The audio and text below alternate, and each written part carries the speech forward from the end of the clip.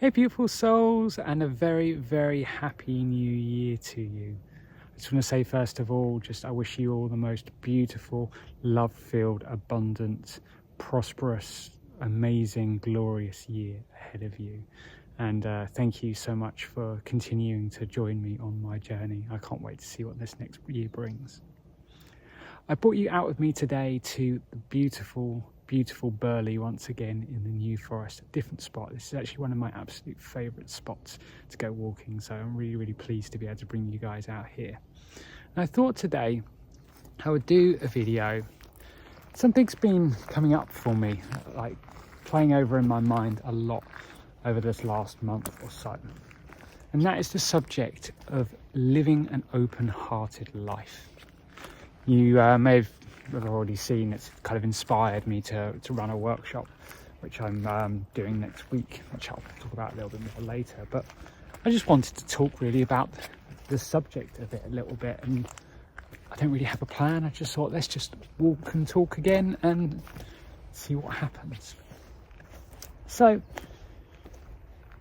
I'm a firm believer that the way that we change this planet through this continued ascension process is going to be kind of incrementally through examples set by beautiful, open-hearted people who stand up and speak their truth and aren't afraid to show that strength, that inner light, that inner love, to show that to the world, you know, that are able to step forward and to push through the fear and just put themselves out there and show the people a better way of being. You know, show that we don't have to live through the old systems, we don't have to allow greed to rule our lives, we don't have to live in fear. All of these different things, you know, that have made up the old paradigm. For people to be able to stand up and just present a better state of being, you know, to show us who we can be, you know, individually, but both as a collective when we choose to do that. And I'm also a firm believer that a lot of these people that are going to be doing that are people like us, people that have been on this ascension journey, you know, for a while, whether consciously or unconsciously. You know, of course, some of these people are going to be people that are in current positions of authority. Let me show you where I am at the moment. Beautiful spot in the forest, and most gorgeous trees. You know, people that are in positions to kind of change things, that will make a stand, and when they do so, they will allow others within those same institutions to step out as well. But there's also going to be other people that may just be in the public eye for one reason or another. Perhaps they're, you know, celebrities, or in whatever form that may be. Perhaps it's just people that with online channels like YouTube and Facebook and stuff like that just gather a following, whatever it's going to be. And people will recognize something within these individuals. You know, because I've said it before, I'm a firm believer that this ascension process has begun in nearly every single person on the planet. Everyone's just at different stages with it. And what that means is something to everyone. But I honestly believe that the people are ready for change, that they want change, that they want to live a better life. They want to be more open and loving. And, you know, maybe that's not what we're seeing in the world at the moment, but I believe it's there. But people, in particular, people who don't know what's going on this planet with the processes and stuff like that, they probably can't see a way of that changing. They can't see that in, you know, what's really quite a short time when you think about it, we're going to transform this world into something new and better. And people want that new, that better. but they don't know what that is. They don't believe it's possible, and they don't know what it is. They don't know how it could ever happen, because, you know, look at the state of the world. So they carry on just sort of continuing to expect things to be the way they've always been. But I believe that these people, when they are shown something different, when they're shown some people stepping forward, and not just one person, you know, because there's always been examples throughout, you know, I want to say throughout history, but even in recent times, you know, there are examples of people who step forward, and people absolutely love these individuals when they do. Like, you know, they absolutely love the qualities about these people, that they are so open and loving, but they don't really see or have the means to make that change themselves. But when enough of these people start stepping forward, we will present to those that there is a way forward. It's not just one person anymore. There's a large group of them, and that actually it's safe for them to do that too, for them to open themselves up, to start to see the world in a different way, to start treating the world and treating others in a different way. I mean, you may be watching this thinking that I'm a hopeless optimist, and maybe I am, but I don't care. This is the world that I see with every single fibre of my being. You know, when people talk about, you know, doom and gloom and this is what's going to happen, and, you know, all of this stuff, I just don't see it. I don't see it. I see a world reborn. I see a world in love, in community, in unity, in peace. And I can feel that with every single part of my being. And I honestly believe that it's up to us to make that change a reality, and until we accept that as truth, we'll never be able to do that. So that's what I choose to be my truth. One of the things that I keep thinking of over this last month or so, when I've been thinking about this living open-hearted life, is a particular quote. And I don't know the exact quote, to be honest, because when you look it up, there's loads and loads of different places that paraphrase it slightly different. But the basic idea is that someone asked Mother Teresa what she sees every day, and she said that she saw Jesus Christ in all his dishevelled states. Something, words to that effect. She saw Jesus Christ in all his dishevelled states. And I think that's the most profoundly beautiful thing. That's what she chose to see in the world. She saw all of the people, no matter how broken or beaten down, however they were acting, whether it was from a place of fear or greed or whatever it was, she saw them as Jesus Christ. And that's the truth of it, because Jesus was God. He recognised that God within, that light, that strength. He was in touch with it, and he allowed it to flow through him, which is exactly what we're all trying to do. It's exactly where we're trying to get to in this process. So this is what she saw. She didn't see, you know, nasty people. She didn't see angry people. She didn't see stressed people. She didn't see hateful people. She saw Jesus Christ. She saw perfection. Because that is what Jesus was. He was that perfection. He embodied that perfection. That, you know, I think all of us, if you've been watching my videos for a while, I talk about this a lot. But we are this perfect God being, and everything else is just illusion. It's false programming that we've taken on throughout our lives or lifetimes. But she saw this perfection. She didn't see any of the negative qualities.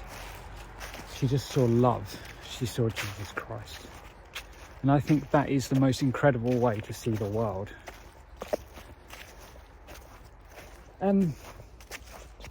You know, I think there's something we can all take from that, you know.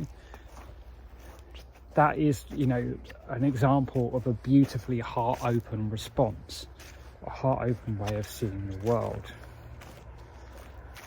And, you know, if we're going to change this world, which we are, we need to start being that heart-open people. And I think this kind of follows on from the videos I was doing last year. So I'm not that far from a road here. I don't know if you can hear the cars coming past. I hope it's coming through all right still. If we are going to make this change, we need to be that open-hearted person. We need to be living an open-hearted life. Now, what does that even really mean? What does it mean to live an open-hearted life? You know, I'm a firm believer. I've heard it from the masters. I've seen it in the work that I've done. That the heart of every single individual, is pretty much anyway on this planet, is being fully activated.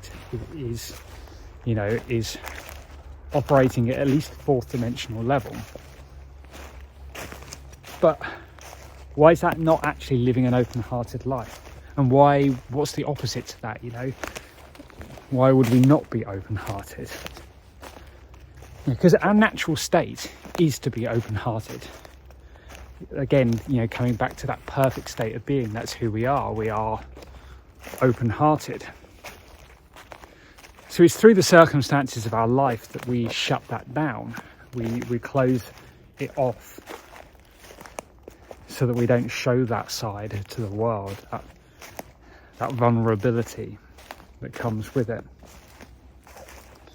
And that tends to lead people to act from lower instincts, from the lower mind instead of the higher mind. And that's where we see the fear and the stress and the greed and all of these things that, you know, make up the majority of the problems of our world. So really, to break out of that cycle, we need to keep our hearts open. And I think there's probably like a definition thing here that causes some confusion, because I just said everyone's heart's open, and then I'm saying myself that we need to keep our hearts open. You know, and okay, so let's break that down. So the first part of this, everyone's heart's being open, is to do with activations of the chambers of the heart. So on an energetic level, the heart chakra has 33 chambers within it. Each one has a particular pattern, initiation challenge associated to it. And throughout our lives, these can get blocked and then they can be reopened based on certain circumstances of our life, depending on the things that happen. You know, for instance, if we have a bad relationship, maybe we might close one of the chambers. If we overcome the blocks to that and start to trust again and open up, we might reopen that chamber. And I guess when we say, you know, that everyone's hearts are open, what we really mean is that enough of those chambers have been opened that their heart is vibrating at a particular frequency, a high frequency. So the flip side of that, of course, is where we're saying, you know, to keep our hearts open, or whether we're closing our hearts. And really, I guess that's about a place where we determine whether we're operating from the heart, or whether we're operating from the mind. You know, how do we respond in situations of our lives? Do we respond in a loving way? Do we respond in a fearful way? Do we respond, or however we respond, you know, is that a loving gesture that we're showing to the world around us? And, you know, the thing that probably determines that, I would say, is our individual triggers. We all have triggers, every single one of us. Let's show you where I am again. You know, we all have individual triggers, things that cause us to close off that heart, to step out of that space and move into something different. You know, whether it's perhaps something that makes you afraid, and therefore you respond in a more survival instinct kind of type way. Look at the beautiful, beautiful tree. Let's see if I can show this to you a bit better.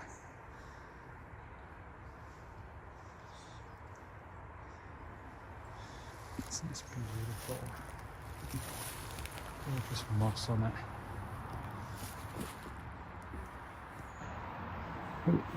You've lost me.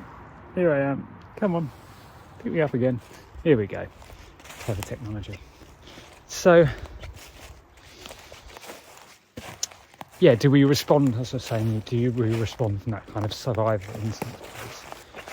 So to remain open-hearted, that would mean that we have to get to a place where we aren't triggered from that place, from that state of survival, so that we can remain in our natural state of being open-hearted.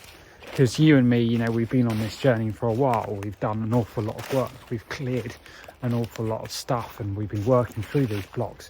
And we are naturally open-hearted people, you and I. And, you know, that is our base default.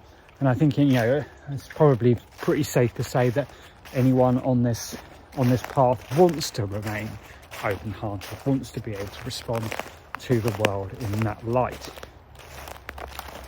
So the way that we do that, for the most part, is to overcome those challenges, to recognise within ourselves what puts us into that state, and trying to change our responses to it. You know, what makes you afraid, or what is it that you don't like in other people? You know, another classic thing, the fear thing, is judgment. We all have judgments, all of us. Certain things, you know, whether it's you don't like the way someone speaks, or the way someone acts, or the way someone looks, or whatever it is, we all have judgments. You know, and that has a tendency, you know, if we want to be Mother Teresa, responding to that from that place of love, seeing Jesus Christ in all his dishevelled states, that comes from a place without judgment at all.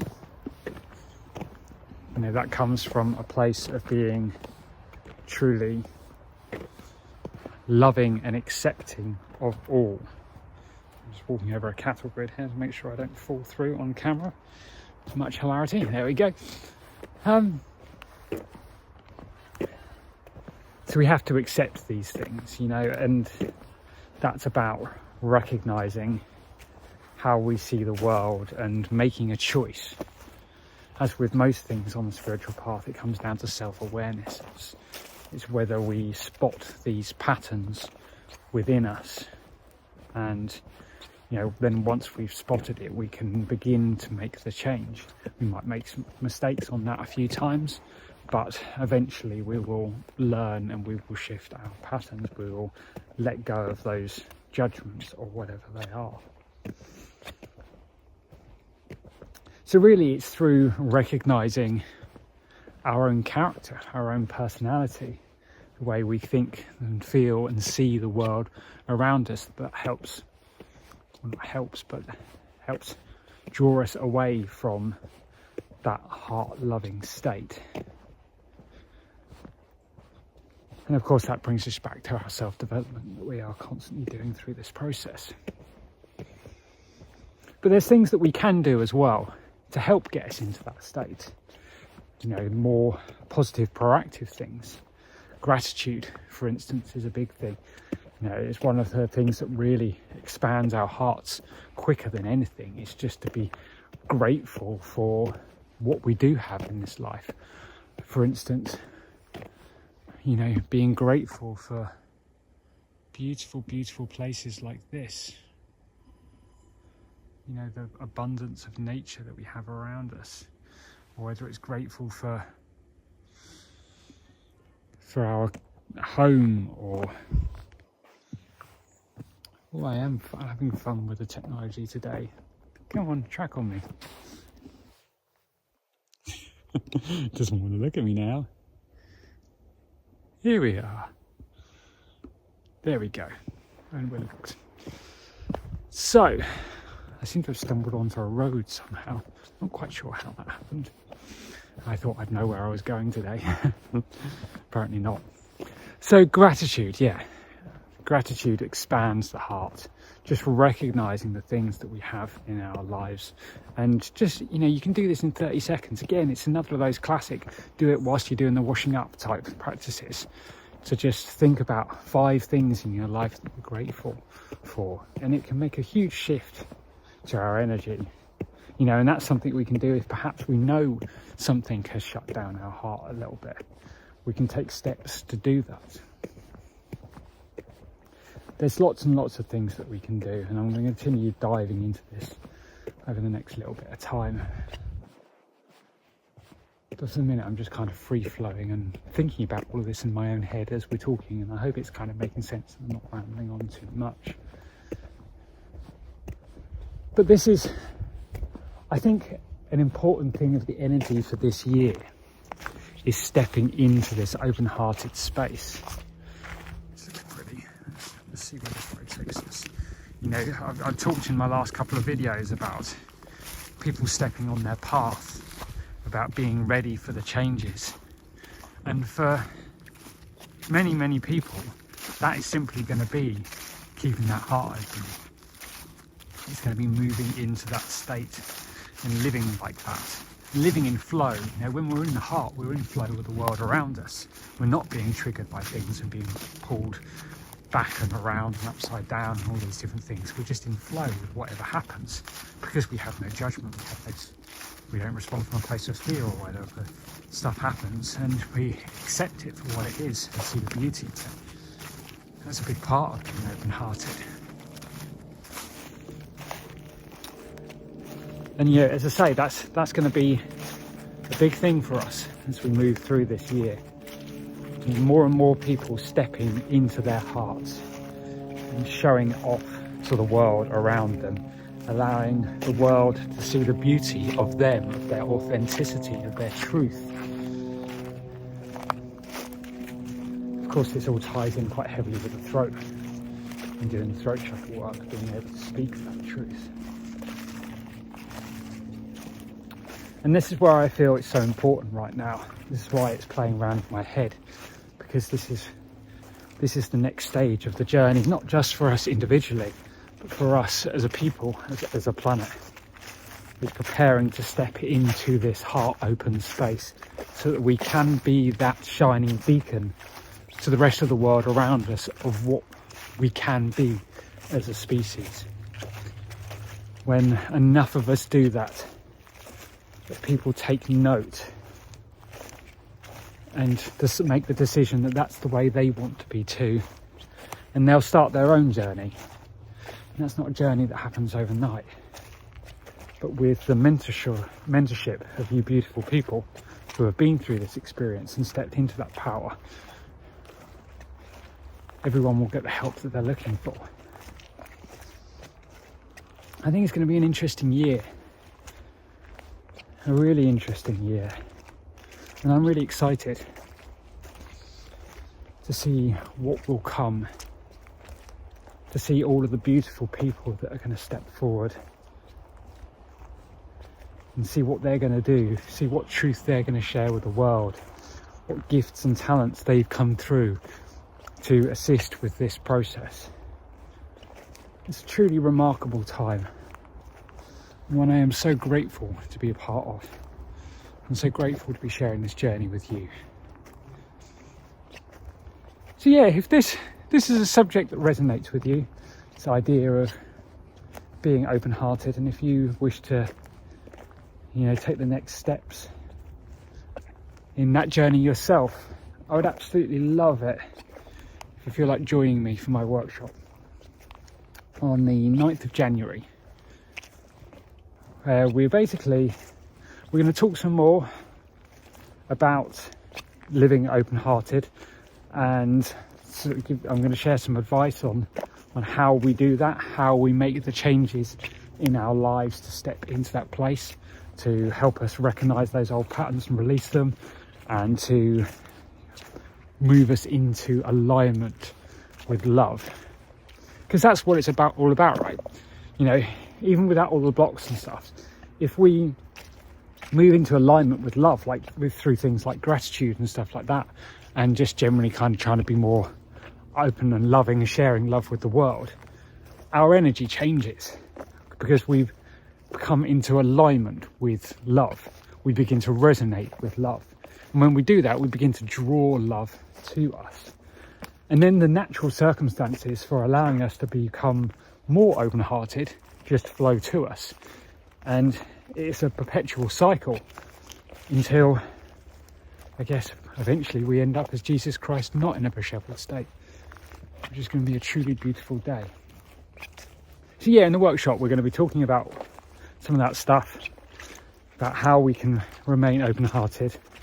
And we're going to do some work in meditation to release some of the blocks that may be pulling us away from our heart, as well as expanding the heart so that we can, when we are in that open-hearted state, we are more open-hearted, we are sharing more love, more of ourselves openly. And I think it's going to be an absolutely, truly beautiful experience. And I can't wait to share it with you. I can't wait to see what flows through as we move towards that. To say that's on Tuesday the 9th. If you're watching this video in the future, of course, there will be a recording for it as well. Recordings are always just as powerful. You know, the energy of these things get encoded into the recording. So it doesn't matter when you do it. It's always just as powerful. So I'll include the links in the description, everything that down below. If you fancy checking that out, I would absolutely love to share that with you. And yeah, thank you again so much for joining me on this walk and talk today, and wishing you the most beautiful year ahead. I'll see you again very soon. Sending you so much love. Bye.